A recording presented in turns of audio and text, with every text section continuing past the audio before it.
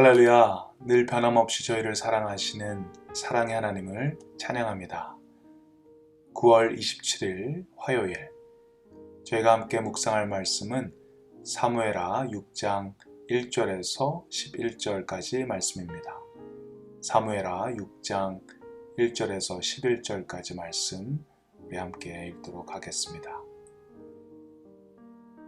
다윗이 이스라엘에서 뽑은 무리 3만 명을 다시 모으고 다윗이 일어나 자기와 함께 있는 모든 사람과 더불어 바알레 유다로 가서 거기서 하나님의 궤를 메어 오려 하니 그 궤는 그룹들 사이에 좌정하신 만군의 여호와의 이름으로 불리는 것이라. 그들이 하나님의 궤를 새 수레에 싣고 산에 있는 아비나답의 집에서 나오는데 아비나답의 아들 우사와 아요가 그 새 수레를 모니라. 그들이 산에 있는 아비나답의 집에서 하나님의 궤를 싣고 나올 때에 아효는 궤 앞에서 가고 다윗과 이스라엘 온 족속은 잣나무로 만든 여러 가지 악기와 수금과 비파와 소고와 양금과 제금으로 여호와 앞에서 연주하더라. 그들이 나곤의 타작마당에 이르러서는 소들이 뛰므로 우사가 손을 들어 하나님의 궤를 붙들었더니 여호와 하나님이 우사가 잘못함으로 말미암아 진노하사 그를 그곳에서 치시니 그가 거기 하나님의 궤 곁에서 죽으니라. 여호와께서 우사를 치심으로 다윗이 분하여 그곳을 베레스 우사라 부르니 그 이름이 오늘까지 이르니라. 다윗이 그날에 여호와를 두려워하여 이르되 여호와의 궤가 어찌 내게로 오리요 하고 다윗이 여호와의 궤를 옮겨 다윗성 자기에게로 메어가기를 즐겨하지 아니하고 가드 사람 오벳에돔의 집으로 메어간지라. 여호와의 궤가 가드 사람 오벳에돔의 집에 석 달을 있었는데 여호와께서 오벳에돔과 그의 온 집에 복을 주시니라. 아멘. 오늘 본문에서 다윗은 오랫동안 바알레 유다의 방치가 되어 있었던 언약궤를 예루살렘으로 가져오려고 합니다. 그런데 중간에 이 언약궤를 운반하는 과정 속에 우사가 죽는 사건이 일어나게 됩니다.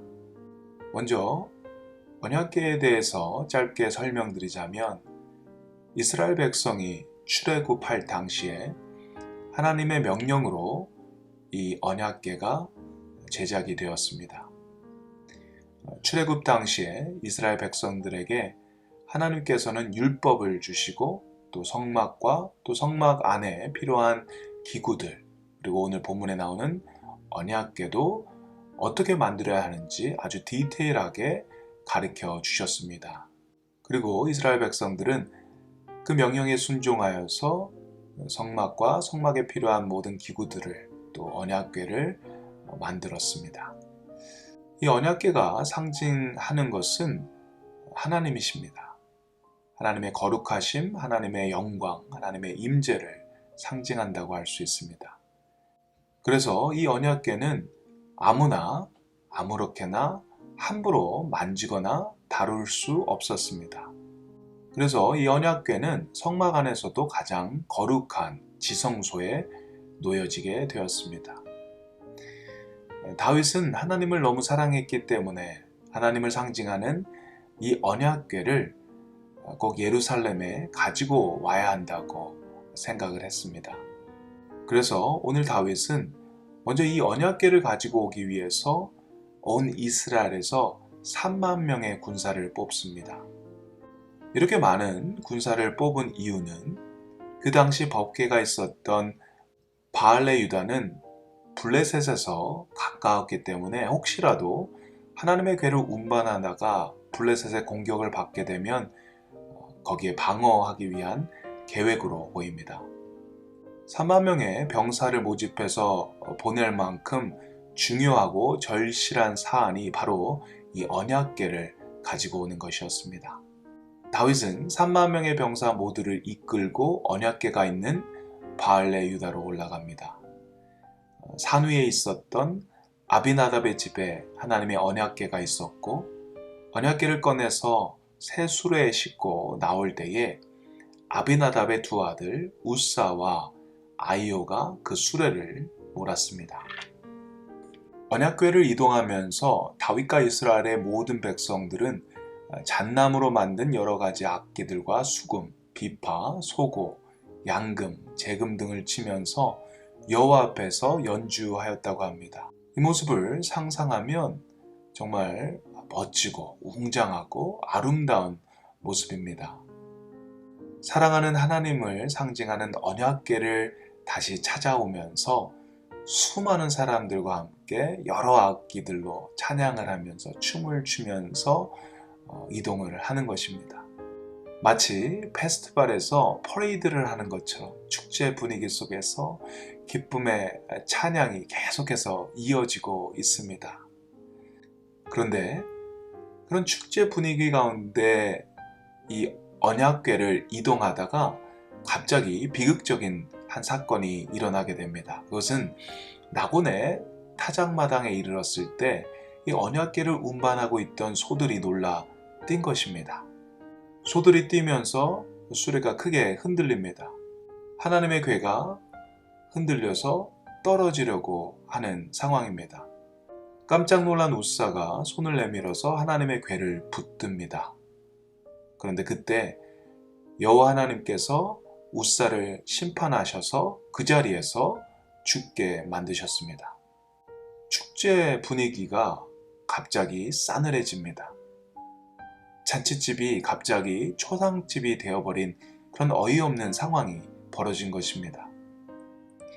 하나님을 사랑하기 때문에 하나님을 상징하는 언약궤를 찾아서 그 수많은 무리가 그 언약궤를 따라가며 여러 악기로 하나님께 찬양을 올리는 그 아름답고 멋진 그런 상황 속에서 갑자기 이런 비극이 일어나게 된 것입니다.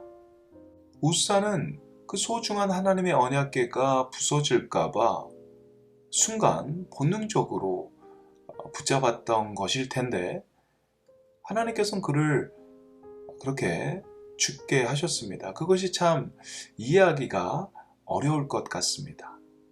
그런데 사실 우사의 행동은 율법에 의하면 잘못된 행동이 맞습니다. 민수기 4장 15절 말씀에 보시면 법궤를 운반할 때는 반드시 레위 지파 중 고앗 자손이 어깨에 메고 운반해야 하는 규례가 있습니다. 법궤를 운반할 때 채를 고리에 끼워 운반하라고도 하셨습니다. 하나님께서는 이런 법궤에 대한 규례를 분명히 말씀하셨음에도 불구하고 우사는 그것을 기억하지 못했던 것이죠. 그것을 무시하고 또 소홀히 여겼다고 할 수 있는 것이죠. 그렇기 때문에 하나님께서는 그것을 기뻐하지 않으시고 우사를 심판하셨던 것입니다. 그래서 하나님께서는 우사를 심판하신 것입니다. 그리고 그 우사를 심판함을 통해서 하나님의 법, 하나님의 규례를 무시하거나 소홀히 여기는 것이 아니라 온전히 그것을 지키고 순종하라는 그런 메시지가 오늘 이 사건 속에 담겨진 교훈인 것 같습니다. 물론 우리는 예수님 때문에 더 이상 율법에 매여 살지 않습니다. 하지만 하나님께서는 하나님이 주신 그 율법들을 소홀히 여기는 것을 기뻐하지 않으십니다. 하나님의 율법, 하나님의 규례를 무시하거나 소홀히 여기는 것은 하나님께 그렇게 하는 것이죠. 하나님께 함부로 대하는 것입니다. 오늘날 우리는 때때로 하나님께서 하신 말씀들을 무시하고 소홀히 여길 때가 있습니다. 그것은 하나님에 대한 두려움, 하나님에 대한 경외감을 잊고 사는 것이라고 할 수 있습니다. 이제 우리가 어차피 예수님 때문에 용서받았기 때문에 무엇을 해도 하나님은 우리를 사랑하실 거야. 무엇을 해도 하나님 우리를 받아주실 것이라는 그런 생각을 우리가 많이 할 때가 있습니다. 물론 맞습니다. 하나님께서는 우리를 사랑하시고 또 우리를 용서하십니다. 그렇다고 해서 하나님의 율법을 무시하거나 소홀히 하면 안 되겠죠. 오늘 본문의 웃사처럼 자기의 마음대로 자기의 어떤 스탠다드로 그렇게 결정을 내리는 것이 아니라 성경을 보면서 성경 안에서 나오는 하나님의 말씀, 그것이 기준이 되어서 우리가 결정을 하고 우리 삶의 방향을 잡아가는 것, 그것이 하나님이 원하시는 우리 삶의 태도이고 모습이라고 생각합니다. 사랑하는 이글스필드 가족 여러분, 우리 삶 속에서 하나님을 존중하고 하나님의 말씀을 더욱더 귀히 여길 수 있는, 그리고 또 순종할 수 있는 저와 여러분 되기를 주님의 이름으로 축원드립니다. 함께 기도드리겠습니다. 우리 삶의 찬양과 경배를 받으시기에 합당하신 거룩하신 하나님, 때론 우리가 하나님의 말씀을 너무 가볍게 여기고 또 무시할 때가 있는 것 같습니다. 예수님 때문에 우리가 더 이상 율법에 매여 살지는 않지만 율법 속에 담긴 하나님의 메시지들을 저희가 무시하거나 소홀히 여기지 않도록 하시옵소서. 율법을 멀리하고 우리 마음대로 우리의 소견에 옳은 대로 그렇게 사는 사람들이 아닌 주님께서 주신 말씀이 기준이 되어 주님이 원하시는 방향으로 계속해서 나아갈 수 있는 저희 모두가 되게 도와주시옵소서. 오늘도 감사드립니다. 예수님의 이름으로 기도드립니다. 아멘.